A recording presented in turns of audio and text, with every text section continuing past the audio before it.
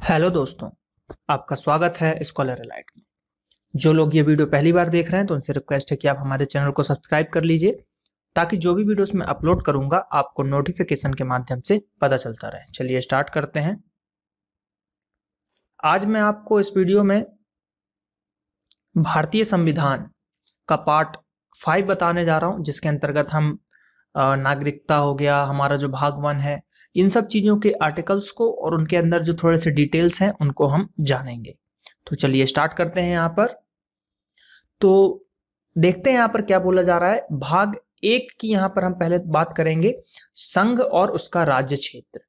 ठीक है, यानी कि यूनियन एंड इट्स टेरिटरी। तो इसके अंतर अगर हम बात करें तो संघ, ठीक है, यूनियन, संघ यानी यूनियन हो गया। तो ये बोला गया है हमारे भाग 1 में कि भारत जो है वो राज्यों का एक संघ है, यानी कि भारत सिर्फ भारत नहीं है, उसमें कई राज्य हैं, कई राज्यों को मिलाकर, उसके केंद्र शासित प्रदेशों को मिलाकर हम भारत को बोलते हैं। तो इसके अंतर्गत क्या है वो देख लेते हैं। भारत संघ का तात्पर्य भारत का राज्य क्षेत्र से भिन्न है। संघ में केवल वे राज्य हैं जो संघात्मक व्यवस्था के सदस्य के रूप में हैं और शक्ति के वितरण में जो संघ के हिस्सेदार हैं। भारत के राज्य क्षेत्र के अंतर्गत वह समस्त राज्य क्षेत्र हैं जिस पर जो है तत्समय भारत की प्रभुत्ता का विस्तार है। संघ राज्य क्षेत्र केंद्र शासित प्रदेश हैं और जिनका शासन राष्ट्रपति द्वारा नियुक्त प्रशासन के माध्यम से राष्ट्रपति चलाते हैं। यानी कि कहना यह चाह रहा है कि जो केंद्र शासित प्रदेश होते हैं, जैसा कि हमको पता है वहां पर सीएम नहीं होते, सिर्फ दिल्ली को अगर छोड़ दिया जाए तो दिल्ली एक अपवाद है जहां पर वहां का चीफ मिनिस्टर है। लेकिन बाकी जो केंद्र शासित प्रदेश हैं वहां की हम बात करें तो वहां पे गवर्नर्स होते हैं हमारे, तो जो कि राष्ट्रपति के द्वारा नियुक्त किए जाते हैं। राष्ट्रपति उनको शपथ दिलाता है, राष्ट्रपति जो है उनको नियुक्त करता है और राष्ट्रपति शासन एक तरीके से राष्ट्रपति के द्वारा जो है नियुक्त किए रहते हैं प्रशासक, वो वहां पर जो भी है कार्यकाल उनका संभालते हैं। तो मेनली कहा जाए तो एक तरीके से राष्ट्रपति शासन ही चलता है वहां पर, ऐसा हम बोल सकते हैं, ये कहना चाह रहा है। तो अगर हम कुछ बात करें कि जो हमारे अनुच्छेद हैं इसके अंतर्गत, भाग 1 के अंतर्गत जो अनुच्छेद आते हैं उसमें क्या क्या बोला जाता है, तो देखिए संविधान के अनुच्छेद 1 में अगर हम बात करें तो भारत को इंडिया से संबोधित करते हुए कहा गया है कि यह राज्यों का यूनियन है। तो कभी कभी क्वेश्चन ये आ जाता है कि इंडिया जो है वो कहां पे है, तो अनुच्छेद 1 में भारत को इंडिया से संबोधित किया गया है। ये क्वेश्चन भी कई बार पूछा जा चुका है। अगले बात करते हैं, भारत संघ की संसद अनुच्छेद 2 के अनुसार संघ में नए राज्यों का प्रवेश तथा उसकी स्थापना कर सकता है। यानी कि भारत की जो संसद के अनुच्छेद 2 जो है उसके अनुसार कई नए राज्य, जैसे कि अभी तेलंगाना बना था 2014 में, तो इसी अनुच्छेद 2 के तहत नए राज्यों को उसमें प्रवेश देने की अनुमति है अनुच्छेद 2 में।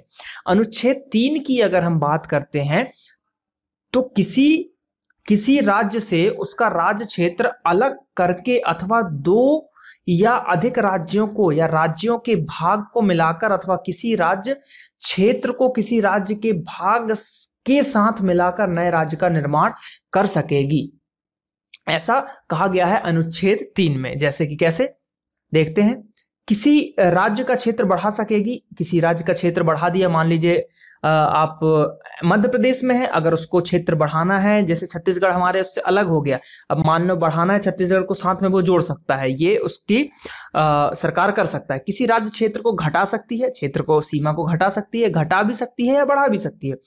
किसी राज्य क्षेत्र की सीमाओं में परिवर्तन कर सकेगी, जी हाँ, सीमा में परिवर्तन भी करेगी। ये किसके तहत बोला गया, ये बोला गया है अनुच्छेद 3 आर्टिकल 3 के तहत। किसी राज्य के नाम में भी परिवर्तन कर सकते हैं, जैसे कि हमारा पहले उड़ीसा था, अब उसको ओडिशा कर दिया गया है। तो ऐसे जो है नामों में परिवर्तन जो किए जाते हैं वो सब किए जाते हैं अनुच्छेद 3 के तहत। तो ये सब चीजें आपको याद रखना है कि अनुच्छेद 3 के तहत हम क्या क्या कर सकते हैं, हम नहीं, संसद क्या क्या कर सकती है, ये चीज हमको याद रखना है। 1 में इंडिया कहा गया है और राज्यों का संघ कहा गया है। 2 के अनुसार नए राज्यों का उसमें प्रवेश और उसकी स्थापना की जा सकती है। ठीक है, अब देखते हैं, इसी के बाद आता है राज्य पुनर्निर्माण एक्ट 1956। ठीक है, अब इसमें देखिए, राज्य पुनर्निर्माण एक्ट 1956 को भारत सरकार के द्वारा अपनाया गया था। इसके परिणाम स्वरूप नए राज्यों एवं संघ शासित क्षेत्रों का गठन हुआ। अपनाया गया 1956 में, लेकिन जो राज्य पुनर्गठन का जो आयोग था वो 1953 में ही हो गया था, और पहला भाषाई आधार पर जो राज्य बना था वो कौन सा था? आंध्र प्रदेश। ठीक है, आंध्र प्रदेश बना था आपका। अब अगर हम बात करें कि इसके पीछे की थोड़ी सी हिस्ट्री देखते हैं। देखिए क्या हुआ था, सबसे पहले जो है एसके धर कमेटी को बनाया गया था भाषाई आधार पर। जो राज्य बनना है उसके लिए एसके धर कमेटी को बनाया गया, तो उन्होंने अपनी रिपोर्ट दी। अब उन्होंने जब अपनी रिपोर्ट दी तो उस रिपोर्ट को चेक करने के लिए कांग्रेस का जो जयपुर, ठीक है, जयपुर अधिवेशन था, उसमें क्या हुआ कि जवाहरलाल नेहरू, पटाभी सीतारमैया और सरदार वल्लभ भाई पटेल, जेबीपी, ठीक है, ये जेपीबी, इसको जेबीपी याद रखिए, जेबीपी, तो जवाहरलाल नेहरू, वल्लभ भाई पटेल और पटाभी सीतारमैया, इनकी एक कमेटी को तैयार किया गया। इस कमेटी ने क्या किया, जो एसके धर कमेटी था, एसके धर कमेटी ने जो चीजें बताई थी उसको इन्होंने गलत बोल दिया। इन्होंने बोला नहीं, ऐसा नहीं हो पाएगा। तो जब ये चीज सुना तो आंध्र प्रदेश में एक रामुल्लू करके व्यक्ति थे जिन्होंने अनशन पे बैठ गए, खाना पीना नहीं खाएंगे, तो लगभग 53 दिन वो भूखे रहे, जिसके पश्चात उनकी मृत्यु हो गई। ठीक, मृत्यु हो गई। तो क्या हुआ, मृत्यु होने के बाद भाई पूरे आंध्र प्रदेश में आक्रोश फैल गया। तो ये सब चीजें बढ़ती गई। तो उस समय फिर क्या हुआ, भाषाई क्षेत्र पर जो है आंध्र प्रदेश को 1953 में उसको बना दिया गया। लेकिन सरकार ने जो उसको अपनाया था पुनर्निर्माण एक्ट, वो 1956 को अपनाया गया था। तो ये आयोग, इसके पीछे हिस्ट्री थी। कभी कभी ये क्वेश्चन पूछा जाता है कि जेबीपी आयोग किससे रिलेटेड है। एक फजल अली आयोग भी था। ठीक है, ये मध्य प्रदेश का, जब आप डिटेल देखेंगे वीडियो तो उसमें ये मैंने बताया हुआ है फजल अली के बारे में। अब देखिए यहां पर ये दो क्वेश्चन जो उठते हैं, दो क्वेश्चन बनते हैं, वो देखते हैं क्या बनते हैं। भारत राज्यों का भाषाई आधार पर पुनर्गठन किया गया था कब? 1956 में। तो ये एक क्वेश्चन बना। सेकंड क्वेश्चन है कि भारतीय संविधान भारत का वर्णन किस रूप में करता है? तो राज्यों का संघ के रूप में वर्णन करता है। तो इस टाइप के क्वेश्चन, ये वाला question I think MP PSC में बहुत पहले पूछा गया था, हाल ही में तो नहीं पूछा गया। ये पहले ये क्वेश्चंस पूछे जा सकते हैं, प्रीवियस ईयर में आप देख सकते हैं, आपको ये क्वेश्चन मिलेगा। तो ऐसे जो है कई क्वेश्चन पूछे गए हैं। मैंने 2-3 क्वेश्चन एसएससी के भी पीछे आपको स्लाइड्स में भी मैं बताऊंगा, मैंने डाले हैं जो क्वेश्चन मुझे इससे रिलेटेड मिले हैं।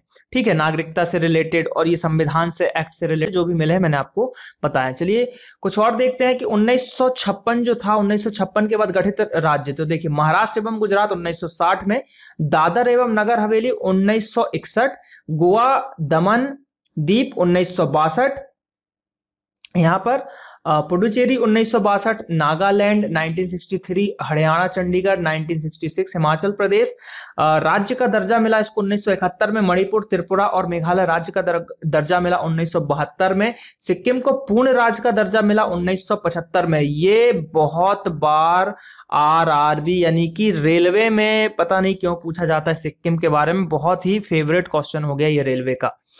अरुणाचल प्रदेश, मिजोरम एवं गोवा 1987, तो देखिए इनको राज्य का दर्जा मिला। लेकिन गोवा की अगर हम बात करें तो 1961 में गोवा जो है आजाद हुआ था, और 12th संविधान संशोधन, 12वें संविधान संशोधन के तहत जो है गोवा को हमारे भारतीय अंग में शामिल किया गया था। तो ये कभी कभी क्वेश्चन पूछा जाता है कि गोवा को किस संविधान संशोधन के तहत हमारे जो उसमें हमारे राज्यों में भारत के अंग में शामिल किया गया था। तो 12th संविधान संशोधन के तहत किया गया था, तो ये याद रखें।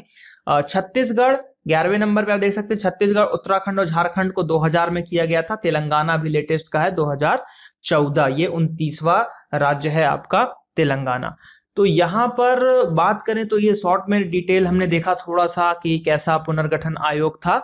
उससे ज्यादा क्वेश्चंस नहीं बनते, पहला ही पूछा जाता है कि पहला भाषाई आधार पर क्षेत्र जो बना था तो आंध्र प्रदेश, और उसके बाद जो क्वेश्चंस बनते हैं वो आयोग से बनते, जो मैंने बताया कि जेबीपी आयोग किससे रिलेटेड है, आपका एसके धर कमेटी किससे रिलेटेड थी। तो ये चीजें आपको थोड़ा सा याद रखना पड़ेगा यहाँ पे। चलिए भाग 2 की हम यहाँ पर बात कर रहे हैं, तो इसके अंतर्गत अगर हम देखें तो नागरिकता की बात की जाएगी यहाँ पर। नागरिकता, देखिए नागरिकता मेनली है क्या, देखिए नागरिकता अगर हम बात करें तो मेनली एक दोहरी नागरिकता होती है, ठीक, और एक होती है एकल नागरिकता। ठीक है, एकल नागरिकता यानी कि पूरे देश में एक ही नागरिकता, और दोहरी नागरिकता यानी कि देश में दो तरीके की नागरिकता आपको मिलती है। जैसे दोहरी नागरिकता यूएसए में है, इंडिया में भी है दोहरी नागरिकता, लेकिन बात करें तो सिर्फ जम्मू एंड कश्मीर के JNK के उसमें, वहां पे जो है जम्मू एंड कश्मीर का अलग संविधान है, वहां पर आपको दोहरी नागरिकता मिलेगी कि एक आप भारत के हो और दूसरा आप जम्मू एंड कश्मीर के भी हो। तो इस तरीके से वहां पर दोहरी नागरिकता का प्रचलन है। लेकिन अगर भारत की ओवरऑल बात करेंगे तो भारत में एकल नागरिकता है। ठीक है, अब बात करते हैं यहां पर डिटेल में। देखिए क्या है कि जो कोई भी राष्ट्र है, देश है, उसमें निवास करने वाली जनसंख्या या दो वर्गों में उनको विभाजित है। एक है कि नागरिक और दूसरा है विदेशी, यानी कि जो हमारे मूल है, जो भारत के ही है तो वो भारतीय नागरिक कहलाएंगे, जो विदेशी है तो वो विदेशी रहेंगे, उनको नागरिकता प्राप्त नहीं है। अब देखिए, नागरिक की व्यक्ति वह होगा, यानी कि नागरिक वही होगा जिसको हमारे जो राज्य की ओर से सभी नागरिक और राजनीतिक अधिकार प्राप्त होंगे। यानी कि आप किसी भी राज्य में रह रहे हो तो आप नागरिक तभी कहलाओगे जब आपको उस राज्य की तरफ से आपके जो मौलिक कर्तव्य है, आपके मौलिक अधिकार हैं, वो सब अगर आपको प्राप्त है तो आप वहां के नागरिक कहलाओगे। लेकिन जैसे कि संघ शासन वाले, ठीक है, राष्ट्रों जैसे कि अमेरिका हो गया, स्विट्जरलैंड हो गया, वहां पे जो है दोहरी नागरिकता का प्रदान है, मतलब प्रावधान है। और भारत में सभी भारतीय नागरिकों के लिए एकहरी नागरिकता का प्रावधान है। जैसा कि मैंने बताया, भारतीय संविधान के भाग 3 में अनुच्छेद 15, 16, 19, 29 और 30 के अंतर्गत मूल अधिकार केवल भारतीय नागरिकों को ही प्राप्त है। यानी कि जो ये सब मूल अधिकार है सिर्फ भारतीय नागरिक को ही प्राप्त है, कोई विदेशी को प्राप्त नहीं हो सकता। लेकिन कुछ परिस्थितियां ऐसी हैं जिसमें नागरिकता के अपवाद से संबंधित विषय में कानून बनाने का एकमात्र अधिकार संघ की संसद, यानी कि हमारे पार्लियामेंट को अनुच्छेद 16 के 3, ये क्वेश्चंस भी पूछे जाते हैं, इंपॉर्टेंट है। तो पूछ लिया जाता है कि जो हमारे मौलिक अधिकार हैं उससे रिलेटेड, नागरिकता से रिलेटेड अपवाद से संबंधित अगर कोई कानून बनाना है तो कौन बनाएगा, तो संसद बनाएगा। और किस आर्टिकल के तहत बनाएगा, तो अनुच्छेद 16 का 3 के तहत वो बनाएगा। तो ये आपको याद रखना है। तो मेनली देखिए, आपके दोहरी नागरिकता का भी क्वेश्चन आता है कि यूएसए में कौन सी है, तो दोहरी नागरिकता, और इंडिया की बात करें तो एकल नागरिकता। चलिए अब आगे बढ़ते हैं। यहाँ पर देखिए, विशिष्ट तथ्य, नागरिकता से रिलेटेड कुछ तथ्य देख लेते हैं। देखिए क्या कहा जा रहा है, संविधान के अनुच्छेद 5 से 11 में नागरिकता संबंधी उपबंध दिए गए हैं। कभी कभी पूछ लिया जाता है 5 से 11 आर्टिकल किससे रिलेटेड है, तो ये आपका नागरिकता से भी रिलेटेड है, ऐसा आपको लगाना है। संविधान के अनुच्छेद 5 में संविधान के प्रारंभ होने के समय की नागरिकता की व्याख्या की गई है। इस अनुच्छेद के अनुसार जो भारत के राज्य क्षेत्र में जन्मा था, जो संविधान लागू होने के ठीक पूर्व कम से कम 5 वर्ष तक भारत के राज्य क्षेत्र का मामूली तौर पर निवासी रहा हो, जिसके माता पिता में से कोई भी एक भारत क्षेत्र में जन्मा हो तथा भारत का नागरिक, उसको समझा जाएगा। ठीक है, अब अगर हम बात करें यहां पर, ठीक है, यहां पर हम बात करेंगे कि जो आपका ये जो नागरिकता है, ठीक है, नागरिकता के अनुच्छेद हैं 5 से जो पूरे 11 आपके, 5, 6, 7, 8, 9, 10 और 11, ये जो आपके पूरे अनुच्छेद हैं, तो इसको हम क्या करेंगे कि याद करेंगे, क्योंकि इसमें से डायरेक्ट क्वेश्चन पूछ लिया जाता है। डायरेक्ट क्वेश्चन ऐसे पूछे जाते हैं कि अनुच्छेद 7 में क्या है, अनुच्छेद 8 में क्या है। अब लेकिन देखिए, यहां पर आप लोगों के दिमाग में क्वेश्चन ये आएगा कि ऐसे का, ये आपके नॉर्मल एग्जाम में नहीं पूछे जाएंगे। आप बड़े एग्जाम दोगे, जैसे PSC दोगे, तो इन सब जगहों पर आपसे ये सब क्वेश्चन थोड़े से पूछे जाएंगे, क्योंकि ये थोड़े से हाई लेवल के क्वेश्चंस कहलाते हैं। तो चलिए यहां पर हम स्टार्ट करते हैं। तो देखिए, अब मैं आपको बताता हूं कि अनुच्छेद 5, जैसे अनुच्छेद 5 है आपका, ठीक, तो अनुच्छेद 5 जो है उसमें क्या है, संविधान के प्रारंभ पर नागरिकता। अनुच्छेद 6, पाकिस्तान से भारत को प्रव्रजन करने वाले कुछ व्यक्तियों के लिए नागरिकता के अधिकार। पाकिस्तान को प्रव्रजन करने वाले कुछ व्यक्तियों के नागरिकता के अधिकार, ये आपके हो गए किसमें, 7 में। अब देखिए इसमें क्या है, 6 में पाकिस्तान से भारत को, यानी कि पाकिस्तान से जो है भारत को आ रहे हैं और पाकिस्तान को, ये सब चीजें जो पाकिस्तान से आ रहे हैं और पाकिस्तान से जा रहे हैं उनकी चीजें दी गई हैं। अब अनुच्छेद अगर हम 8 की बात करें यहां पर, तो अनुच्छेद 8 में क्या है, भारत के बाहर रहने वाले भारतीय उद्भव के कुछ व्यक्तियों के नागरिकता के अधिकार जो बाहर रह रहे हैं, विदेशी राज्य की नागरिकता स्वेच्छा से अर्जित करने वाले व्यक्तियों का नागरिक ना होना, ये 9 में है। लेकिन 9 में 9 को आप ऐसे रिलेट कीजिए, 9 यानी नहीं, तो जो हमारे राज्य से बाहर यानी कि जो देश से बाहर विदेश में रह रहे हैं और वहां के उन्होंने नागरिकता को अपना लिया है, तो वो हमारे भारत के नागरिक अब नहीं रहे। 10 में नागरिकता के अधिकारों का बना रहना। 11 में संसद द्वारा नागरिकता के अधिकार का विधि द्वारा विनिमय किया जाना। तो मेनली अनुच्छेद 9 को ज्यादा पूछा जाता है। किसको पूछा जाता है? अनुच्छेद 9 को पूछा जाता है। देखिए, अब नागरिकता से रिलेटेड एक चीज और बता देता हूं मैं यहां पर आपको कि 1986, ये डेट आपको याद रखनी है, भारतीय नागरिकता संशोधन अधिनियम, क्या? भारतीय नागरिकता संशोधन अधिनियम, यानी कि इसमें संशोधन किया गया है कुछ चीजें। इस अधिनियम के आधार पर अगर हम बात करें तो इसमें क्या किया गया था, यह अधिनियम जो था पहले देखिए 55 में भी था, 1955, फिर उसके बाद संशोधन अधिनियम 1986। तो इसमें क्या किया गया कि अब जो भारत में जन्मे उस व्यक्ति को ही नागरिकता दी जाएगी जिसके माता पिता में से कोई भी एक नागरिक हो, ठीक, और 5 वर्षों तक। अब भारत में जैसे कम से कम 5 वर्षों तक किया गया है और पहले जो था निवास करना पड़ेगा। अब एक चीज और हुआ, देखिए अभी जो हमने पीछे आपको बताया कि 5 वर्षों तक कम से कम निवास करना चाहिए, लेकिन अगर हम पहले की बात करें तो पहले ये सिर्फ 6 महीने था, ठीक, यानी कि 6 मंथ्स बस था पहले। तो इसको चेंज करके 5 साल किया गया है, ठीक है, कम से कम 5 वर्ष तक। अब जो देशीयकरण द्वारा नागरिकता तभी प्रदान की जाएगी जब संबंधित व्यक्ति कम से कम 10 वर्ष तक भारत में रहेगा। यानी कि आप बाहर से आए हो और आपको इंडिया की नागरिकता चाहिए, तो अब कम से कम आपको 10 साल तक इंडिया में निवास करना पड़ेगा, तब जाके कहीं आपको इंडिया की नागरिकता मिलेगी, और ये पहले 5 वर्ष था। तो ये सब चीजें पूछ लिया जाता है कि पहले कितनी थी और अभी बाद में कितनी है, ठीक है। अब चलिए, तो आई होप कि ये तो आपको थोड़ा सा क्लियर हो गया होगा। बात करते हैं नागरिकता के अंतर्गत कुछ चीजें। भारतीय नागरिकता एकल नागरिकता है। नागरिकता हेतु निर्धारित 3 श्रेणियां हैं। नागरिकता अधिनियम 1955, ठीक है, संविधान के प्रारंभ होने के बाद नागरिकता की प्राप्ति एवं समाप्ति का प्रावधान, और PIO के लिए जो है दोहरी नागरिकता, ठीक। अब अगर हम बात करें, देखिए इसके अंतर्गत जो 3 श्रेणियां कौन कौन सी थी, तो देखिए इसमें देखते हैं, ऐसे व्यक्ति जिनका जन्म संविधान लागू होने था 26 जनवरी 1950 को या उसके पश्चात भारत में हुआ हो, शरणार्थी जो पाकिस्तान से भारत में प्रवासित हुए हैं, भारतीय जो दूसरे देशों में निवास करते हैं। तो इसके ये 3 आपके हो गए। अब नागरिकता की प्राप्ति जन्म से, वंशक्रम से, पंजीकरण से, देशीयकरण से और भूमि विस्तार के द्वारा, इस तरीके से जो है आप भारत की नागरिकता को प्राप्त कर सकते हैं। लेकिन वही सब चीजें हैं कि वही मिनिमम 5 साल, 10 साल, ये सब चीजें जो है डेट आपको थोड़ा सा याद करना पड़ेगा। यहां पर बात करते हैं नागरिकता को कैसे खो सकते हैं आप। परित्याग द्वारा आप सीधे परित्याग कर दो कि हम अब भारत के नागरिक नहीं रहना चाहते, हम किसी और दूसरे देश की नागरिकता है, जो भी परित्याग करना है आप सीधे आप सरकार को बोल सकते हो कि हमें हमारी नागरिकता खत्म कर दीजिए। दूसरे देश की नागरिकता अगर आपने ले ली तो ऑटोमेटिक आपकी नागरिकता खत्म हो जाएगी। यहाँ की नागरिकता को छीनकर सरकार के द्वारा आपकी नागरिकता को छीना भी जा सकता है, ठीक है, आपको छीना जा सकता है, देश निकाला भी दिया जा सकता है आपको। तो इस तरीके से नागरिकता को खोया जा सकता है। तो देखिए ये ज्यादा टफ टॉपिक नहीं है, नॉर्मल सिंपल 2-3 क्वेश्चन पूछे जाते हैं 5 से 11। क्या है नागरिकता, भाग 2 में आता है, कैसे नागरिकता को खो सकते हैं, यही सब चीजें 2-3 क्वेश्चन पूछी जाती है। देखते हैं 1-2 क्वेश्चन जो पूछे गए हैं प्रीवियस एग्जाम में।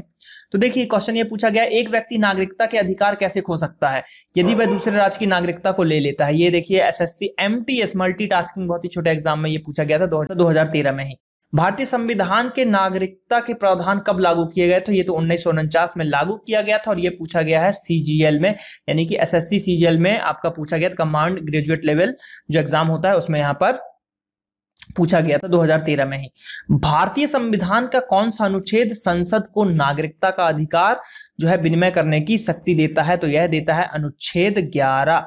संसद भारतीय संविधान का कौन से संसद को नागरिकता का अधिकार को विनियमित करने की शक्ति देता है? तो अनुच्छेद 11, ये आईएमपी क्वेश्चन है। ये एमटीएस के अलावा आपका आरआरबी यानी कि रेलवे और सीजीएल में भी पूछा जा चुका है। ये 2014 है, लेकिन आरआरबी और इन सब में ये क्वेश्चंस पहले भी पूछे जा चुके हैं। तो ये 1-2 क्वेश्चन थे जो नागरिकता से रिलेटेड थे, संविधान से थोड़े से रिलेटेड थे इस एक्ट के। और आने वाले और वीडियोस में हम देखेंगे आगे के जो संविधान के हमारे पार्ट हैं उनके बारे में हम जानेंगे। तो आई होप कि ये वीडियो आपको अच्छा लगा होगा, और वीडियो अगर आपको पसंद आ रहे हैं तो वीडियोस को लाइक कीजिए, शेयर कीजिए अपने दोस्तों के साथ, और ज्यादा से ज्यादा वीडियोस को देखिए और सब्सक्राइब कीजिए और बेल आइकॉन पे हिट जरूर कीजिए ताकि आपको नोटिफिकेशन मिलते रहे। तो चलिए मिलेंगे हम आपसे अगले भाग में, जो कि होगा इसका डिटेल भाग 6। चलिए मिलते हैं अगले भाग में। Thank you. जय हिंद, जय भारत।